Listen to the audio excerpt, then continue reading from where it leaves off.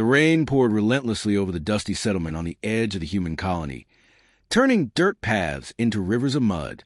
Farmers and traders rushed to close their stalls, but one figure did not leave. She stood at the edge of the road, drenched, her thin cloak plastered against her alien frame. Her skin, a pale lavender mark with faint bioluminescent patterns, shimmered dimly beneath the storm.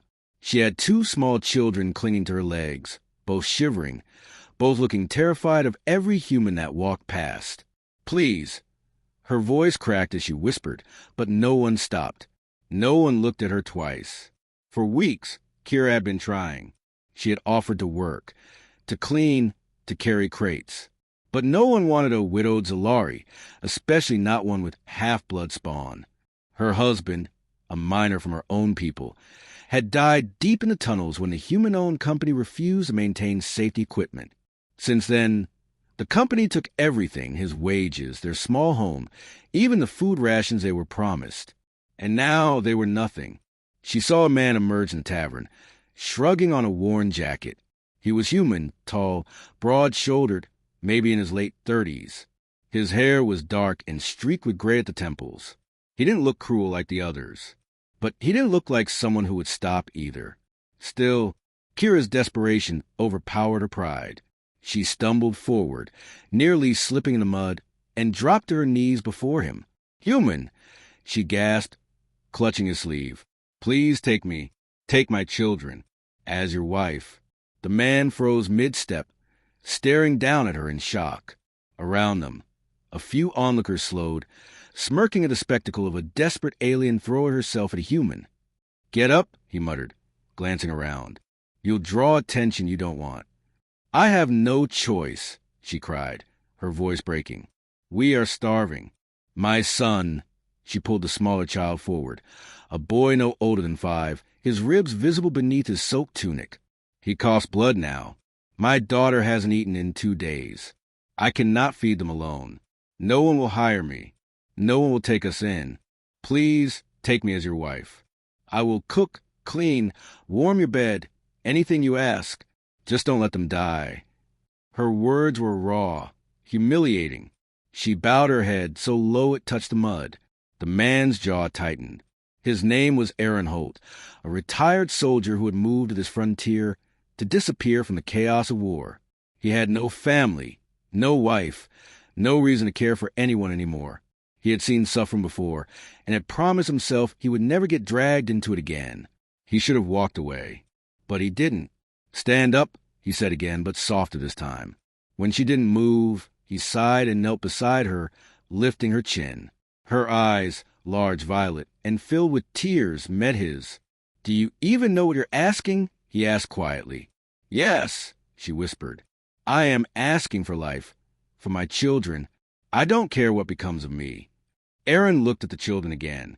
The boy was trembling, his little hands gripping his sister's arm. The girl, maybe 7, stared back at him with hollow defiance, as if daring him to hurt them too. Something inside him cracked. "Fine," he muttered. "Come with me." Gasps rippled through the bystanders as he took her hand and pulled her to her feet. She staggered, then steadied herself, staring at him in disbelief. "You mean it?" "I don't say things I don't mean," he replied gruffly. "But if you're coming, you follow my rules. Understand?" She nodded frantically. "Yes, anything." He led them to a small homestead on the outskirts of the colony, a simple wooden cabin with a fenced yard and a warm hearth. As soon as they stepped inside, the children's eyes widened at the sight of actual food on the table and blankets by the fire. Aaron fetched towels and clothes. "Dry off. The kids first." Kira obeyed, gently removing their soaked garments and wrapping them in warmth. They huddled near the fire while she sat on the floor, unsure she was allowed to sit on the furniture. Aaron noticed. "Chair's not going to bite you," he said, setting down a plate of bread and stew. She hesitated, then took it with trembling hands, offering the food to her children first. Only when they had eaten did she take a single bite herself. "You really weren't lying," Aaron muttered. "No," she said softly. "I have nothing to lie for." That night, Aaron gave him his bedroom while he slept in a chair by the fire. But when dawn came and he found Kira still awake, sitting on the floor with tears streaking her cheeks, he realized just how much she had endured. Over the next weeks, she worked tirelessly, cooking, cleaning, mending clothes, tending the small garden outside. The children began to smile again. Laughter even returned to the house. And slowly, Aaron's walls began to crumble. One evening, as the sun sent a blaze of orange, Kira approached him nervously. "You have given us more than I ever dreamed," she said, voice trembling. "But I still have not fulfilled my promise. I said I would be your wife in all ways." Aaron looked at her for a long moment, then stepped closer. "You've already given me more than I asked for," he said. "A home that doesn't feel empty anymore." Tears welled in her eyes again. But this time, they were tears of relief, of hope. And when he finally took her hands and kissed her softly, the frightened alien widow knew that she and her children had truly found their place.